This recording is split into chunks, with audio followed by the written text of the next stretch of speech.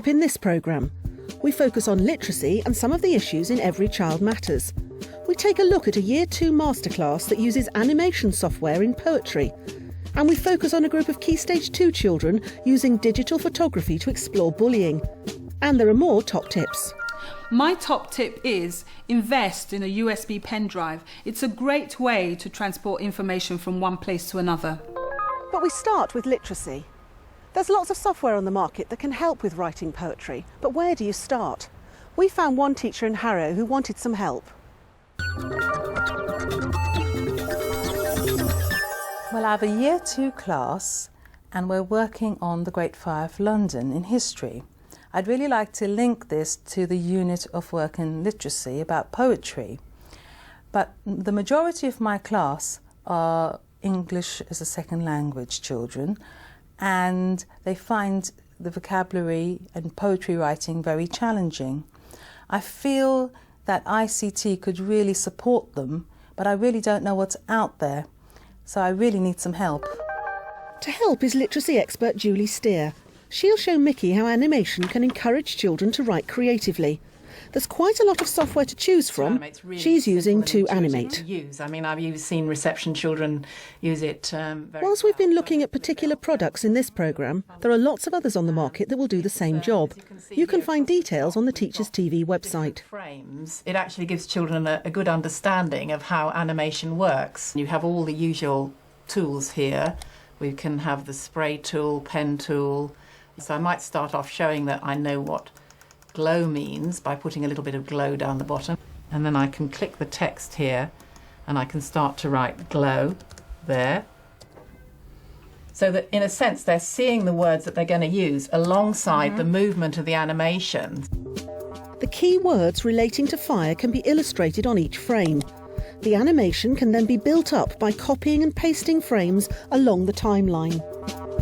The completed animations can then be used on the interactive whiteboard and incorporated into other software packages or web pages. That's really good. They'll be really excited about that and want to write. Yes, and I think it makes the link between the writing, which you said was difficult. They had the words in their actual vocabulary, but they weren't using them in writing. But if this is in a sense illustrating their writing, the words are there. It's almost like a word bank for them, but it's got that visual, you know, what exactly is the difference between those words. How do you envisage, I use it in the lesson, we've got the computer suite and the interactive whiteboards. We've also got a bank of about 5 or 6 laptops. I really like to see the use of the laptops in the lesson. It integrates the IT right the way through the unit of work. As the different children have a go on the work on the laptops, it kind of reinforces what they're doing. It's really good to have a paper-based task as well, because obviously with only 5 or 6 laptops, not all the children can use laptops at once, and it helps to engage all the children in the work, and they'll all have a chance to do their work on laptops later on. I think that the children have got a certain competence. It'll obviously be challenging for some of them, which is what I want, but I think it's going to be an exciting thing to do. With Julie watching, Mickey begins her lesson by showing the class how to use the software on the interactive whiteboard. And I'm going to make some wiggly lines and twisting and turning and swirling, a bit like you did your finger painting. It's really good to demonstrate on a whiteboard like this so the whole class can see what to do, and I like the way she's got the children involved in doing that. She divides the class in half. One group write poems on the laptops and the other carry out a paper-based exercise using printouts from the animations Mickey has made. Hey, you can use that. I'm controlling it. It's really good to see how engaged they all are. These boys here, they're having a really animated conversation about what they're doing. Hey, blazing. Just pack the flame you have to do blazing. Last time we both done blazing. I think this is one of the great things about IT particularly, and also an animation. It's very good for engaging all pupils. I mean, boys might not be particularly engaged with poetry, but the way she's set it up with all the visual and kinesthetic and drama and the use of IT means that they're really engaged with it and doing some very quality work around some of the words and things that she's doing. Boom Booming could still be up there. Are you going to have sizzling or flickering? What do you think? The decision to run a paper-based activity is a good one, especially when a laptop breaks down. Oh dear, what's happened to your computer? Oh dear, never mind. I'll tell you what. She's got a backup plan. I mean, that's one of the good things about having a paper-based task in the lesson. Right? Can you write some of the words down here that you might use? The fact that the laptop broke down hasn't been a major catastrophe. She's managed that really well. Now, you've done your first animation, right? Now you need to go on to the next odd number. So you need to drag from frame 1 to frame 3. Done. Okay. Now do the other half of the red. The animation has worked. It's clear from the lesson that the children have been able to create simple poems. They'll form the basis of longer pieces of writing. Mickey ends the lesson by encouraging the children to perform their completed poems alongside the finished animations. Sting, flaming, crackling, turning, crashing, bashing, booming. I think all the children did very well, including the children with English and additional language. They obviously seem to have understood the vocabulary and used it really well in the work they've done. The children are really confident with using it. They picked it up really quickly, and I think they will come out with some other ideas of how we can use it. To animate really helped them to show that they knew what spark meant, they knew what flicker meant, they knew what glow meant. Whether they wrote the words or not, their animations showed that. I could see lots and lots of uses for it in the future. If you want to find out more about the range of animation software available, then visit the Teachers TV website. When pupils are using the internet to find information, always try and select some websites first. It's amazing how much time pupils can waste searching the internet and not find the information you'd like them to. My top tip is always try the equipment before the lesson starts. Otherwise, you might find yourself being caught out. An important tip for teachers using ICT is to share. Share with your colleagues in your school, share with other schools good practice, go and see lessons, find out about good websites and good ICT software to use. Finally today, every child matters. It's on every school's agenda. But how can ICT help move it forward?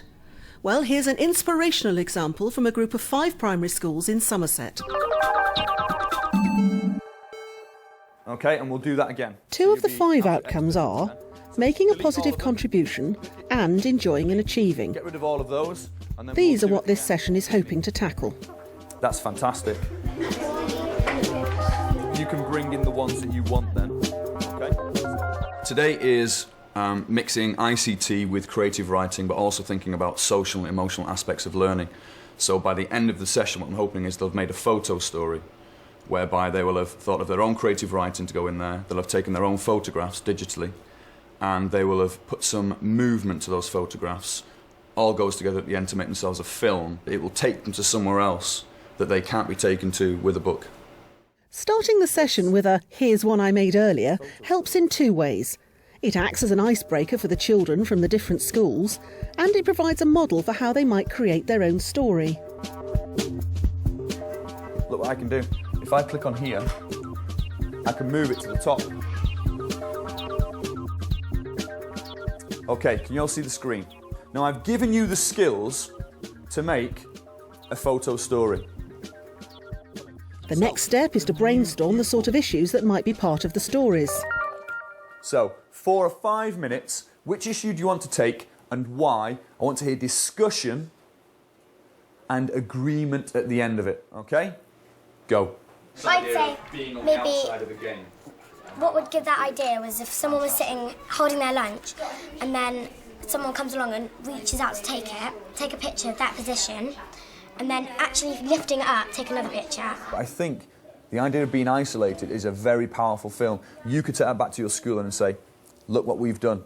With the themes decided and armed with digital cameras, it's time to get out on location in the playground and act out the scenes. OK, you've got your props, you've got your digital cameras. This is the space for your outdoor shots, OK? So talk as groups as to where you want them.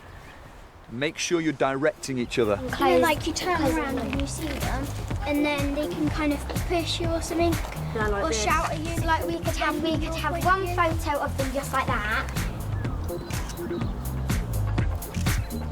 You can always zoom out. Yeah, I can see. OK, show the gang what you think.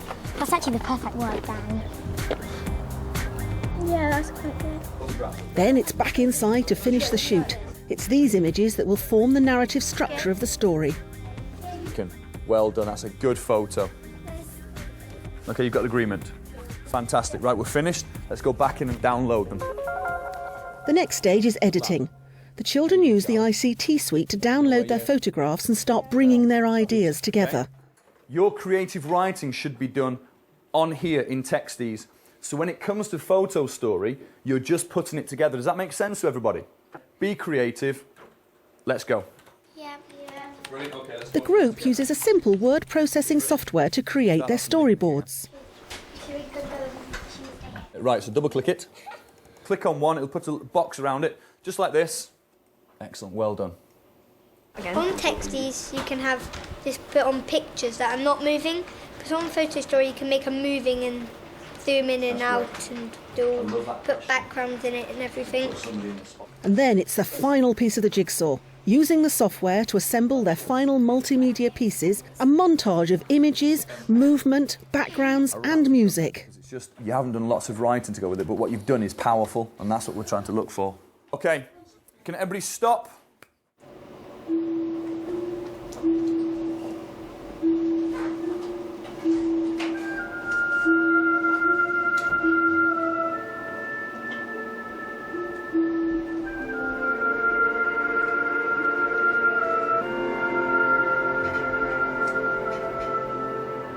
Fantastic, well done.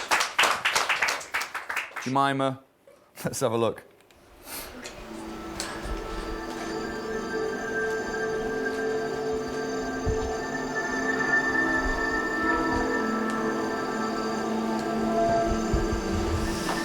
Wow. Brilliant zoom out. Fantastic. Unfortunately, guys, we've come to the end of our session. Enjoyed yourselves? Yeah. Brilliant. Lots of schools focus on bullying in their work on Every Child Matters. So what does Steve think are the advantages of using ICT? All this is not something you could do with a pen and paper. You could take the photographs. You could find some photographs from somewhere. You could put the writing with the photographs. But the music to accompany it all comes together and makes something very special. And also very powerful. Hopefully they will realise how powerful it can be. And that's not something you can find with pen and paper. Well, that's about it for this programme. But before we go, here's a literacy top tip from me. I always set the computer screensaver in my classroom to show the homepage of an author's website. Helps encourage children to get reading. Don't forget you can find information about this programme or any of the others in the series by visiting the Teachers TV website. Bye for now.